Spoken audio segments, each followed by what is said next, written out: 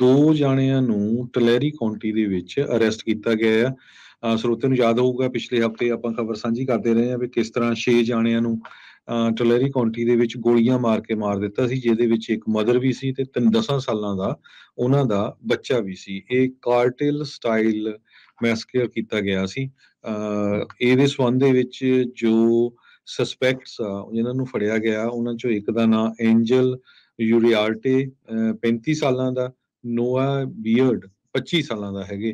ਕਹਿੰਦੇ ਜੋ ਨੋਟੈਨੋ ਗੈਂਗ ਆ ਟੋਲੈਰੀ ਕਾਉਂਟੀ ਦਾ, ਉਹਦੇ ਬੜੇ ਵੈਲ ਨੋਨ ਮੈਂਬਰ ਹੈਗੇ ਆ। ਟੋਲੈਰੀ ਕਾਉਂਟੀ ਦੇ ਸ਼ੈਰਿਫ ਮਾਈਕ ਬੋਡਰੀਓਕਸ ਨੇ ਇਹ ਨਿਊਜ਼ ਕਾਨਫਰੰਸ ਦੇ ਵਿੱਚ ਦੱਸਿਆ। ਜਨਵਰੀ 16 ਨੂੰ ਸ਼ੂਟਿੰਗ ਹੋਈ ਸੀ, ਜਿਹਦੇ ਵਿੱਚ 6 ਜਾਣਿਆਂ ਦੀ ਉਸ ਟਾਈਮ ਦੇ ਉੱਤੇ ਮੌਤ ਹੋ ਗਈ ਸੀ। ਜਿਹੜਾ ਬੀਅਰਡ ਨਾਮ ਦਾ ਬੰਦਾ ਆ, ਉਸ ਨੂੰ 16 ਸਾਲਾਂ ਦੀ ਅਲੀਸਾ ਪਰਾਜ਼ ਤੇ 10 ਸਾਲਾਂ ਦਾ ਉਹਦਾ ਜਿਹੜਾ ਬੱਚਾ ਆ, ਉਸ ਦੇ ਮਾਰਨ ਦੇ ਸੰਬੰਧ ਦੇ ਵਿੱਚ ਅਰੈਸਟ ਕੀਤਾ ਗਿਆ ਹੈਗਾ।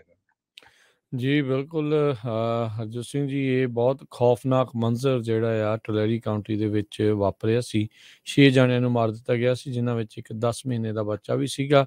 ਉਸ ਤੋਂ ਬਾਅਦ ਦੇ ਵਿੱਚ ਟਲੈਰੀ ਕਾਉਂਟੀ ਦੇ ਸ਼ੈਰਿਫ ਨੇ ਦੱਸਿਆ ਸੀ 7000 ਤੋਂ ਵੱਧ ਗੈਂਗ ਮੈਂਬਰਸ ਇੱਥੇ ਰਹਿ ਰਹੇ ਨੇ, ਇਕੱਲੇ ਟਲੈਰੀ ਕਾਉਂਟੀ ਦੇ ਵਿੱਚ ਹੀ। ਸੋ ਇਹ 2 ਜਾਣਿਆਂ ਦੀਆਂ ਗ੍ਰਿਫਤਾਰੀਆਂ ਪਾਈਆਂ ਗਈਆਂ ਆ। 21 ਜਨਵਰੀ ਨੂੰ ਫਿਰ ਇੱਕ ਮੌਨਰੇ ਪਾਰਕ ਦੇ ਵਿੱਚ ਸਭ ਨੂੰ ਯਾਦ ਹੋਣਾ ਆ, ਉੱਥੇ ਸ਼ੂਟਿੰਗ ਜਿਹੜੀ ਉਹ ਹੋਈ ਸੀ। ਉਹ ਜਿਹੜਾ ਹਫ਼ਤਾ ਆ ਬਹੁਤ ਹੀ ਵਾਇਲੈਂਟ ਅਤੇ ਡੈਡਲੀ ਮੰਥ ਜਾਂ ਵੀਕ ਜਿਹੜਾ ਉਹ ਆਪਾਂ ਕਹਿ ਸਕਦੇ ਹਾਂ ਕੈਲੀਫੋਰਨੀਆ ਦੇ ਇਤਿਹਾਸ ਦੇ ਵਿੱਚ ਰਿਹਾ ਸੀ। ਸੋ ਗੋਸ਼ਨ ਕਿਲਿੰਗਸ ਦੇ ਨਾਮ ਦੇ ਨਾਲ ਇਹ ਜਿਹੜਾ ਮੈਸੇਕਰ ਆ ਉਹ ਹੁਣ ਜਾਣਿਆ ਜਾਂਦਾ ਆ। ਸੋ 2 ਗ੍ਰਿਫਤਾਰੀਆਂ ਇਸ ਦੇ ਵਿੱਚ ਪਾਈਆਂ ਗਈਆਂ ਨੇ।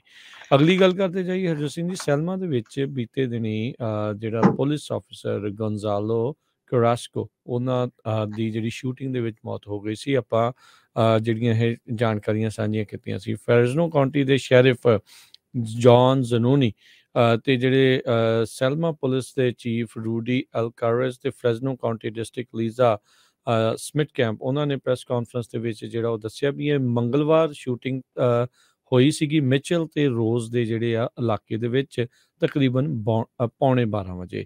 ਸ਼ੈਰਿਫ ਜ਼ਨੂਨੀ ਨੇ ਕਿਹਾ ਵੀ ਆਫਿਸਰ ਕਰਾਸਕੋ ਇਹ ਹਰਜੋਤ ਸਿੰਘ ਜੀ ਕੁਛ ਕਹਿ ਸਕਦੇ ਵੀ 2021 ਦੇ ਵਿੱਚ ਹੀ ਆਇਆ ਸੀ।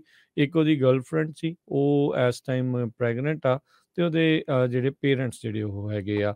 ਸੋ ਕਹਿੰਦੇ ਵੀ ਆਪਣੇ ਫਰੰਟ ਯਾਰਡ ਦੇ ਵਿੱਚ ਘਰ ਦੇ ਬਾਹਰ ਆਫਿਸਰ ਜਿਹੜੇ ਆ ਉਹ ਸੀਗੇ ਉਸ ਟਾਈਮ ਦੇ ਉੱਤੇ, ਤੇ ਪਰ ਉਹ ਉੱਥੇ ਰਹਿ ਨਹੀਂ ਸੀ ਰਿਹਾ। ਸੌਰੀ, ਜਿਹੜੇ ਆਫਿਸਰ ਆ ਉਹ ਗਏ ਸੀਗੇ ਉਸ ਇੱਕ ਹਿਸਾਬ ਦੇ ਨਾਲ ਨਥੈਨੀਅਲ ਡਿਕਸਨ ਨੂੰ ਜਿਹੜਾ ਉਹ ਫੜਨ ਦੇ ਲਈ, ਜਿਹੜਾ ਆਪਣੇ ਉਸ ਇੱਕ ਘਰ ਦੇ ਬਾਹਰ ਸੀਗਾ ਜਿਹੜਾ ਉਹਦਾ ਘਰ ਨਹੀਂ ਸੀਗਾ। ਸੋ 23 ਸਾਲਾਂ ਦਾ ਨਥੈਨੀਅਲ ਡਿਕਸਨ ਆ, ਉਹ ਅਥਾਰਟੀਜ਼ ਨੇ ਆਇਡੈਂਟੀਫਾਈ ਕੀਤਾ ਆ ਵੀ ਆਫਿਸਰ ਕਰਾਸਕੋ ਦੀ ਜਿਹੜੀ ਗੋਲੀ ਮਾਰ ਕੇ ਹੱਤਿਆ ਕਰਨ ਦਾ ਉਹ ਜ਼ਿੰਮੇਵਾਰ ਜਿਹੜਾ ਹੋ ਸਕਦਾ ਆ। ਸੋ ਡਿਕਸਨ ਨੇ ਕਹਿੰਦੇ ਵੀ ਗੋਲੀ ਬੰਦੂਕ ਕੱਢੀ ਤੇ ਗੋਲੀਆਂ ਜਿਹੜੀਆਂ ਉਹ ਚਲਾਈਆਂ ਤੇ ਕਈ ਗੋਲੀਆਂ ਆਫਿਸਰ ਕਰਾਸਕੋ ਦੇ ਜਿਹੜੀਆਂ ਉਹ ਲੱਗੀਆਂ ਸੀਗੀਆਂ। ਸੋ ਇਹ ਗੋਸਟ ਗਨ ਹੀ ਕਹਿੰਦੇ ਬਾਅਦ ਦੇ ਵਿੱਚ ਪਤਾ ਲੱਗਾ ਆ 223 ਕੈਲੀਬਰ ਸਟਾਈਲ ਜਿਹੜੀ ਅਸਾਲਟ ਰਾਈਫਲ ਦੀ ਜਿਹੜੀ ਉਹ ਸੀਗੀ। ਸੋ ਕਮਿਊਨਿਟੀ ਰੀਜਨਲ ਮੈਡੀਕਲ ਸੈਂਟਰ ਦੇ ਵਿੱਚ ਉਹਨਾਂ ਨੂੰ ਭਰਤੀ ਕਰਾਇਆ ਗਿਆ ਸੀਗਾ, ਪਰ ਉੱਥੇ ਜਿਹੜਾ ਉਹ ਦਮ ਤੋੜ ਗਏ ਸੀਗੇ। ਸੋ ਇਹ ਨਵੀਂ ਜਿਹੜੀ ਜਾਣਕਾਰੀ ਹੋਈ ਆ ਬੀਤੇ ਦਿਨਾਂ ਦੇ ਵਿੱਚ ਸੈਲਮਾ ਪੁਲਿਸ ਡਿਪਾਰਟਮੈਂਟ ਦੇ ਦੁਆਰਾ ਆਫਿਸਰ ਕਰਾਸਕੋ ਨੂੰ ਭਾਵਭਿੰਨੀ ਸ਼ਰਧਾਂਜਲੀ ਜਿਹੜੀ ਆ ਉਹ ਭੇਂਟ ਕੀਤੀ ਗਈ।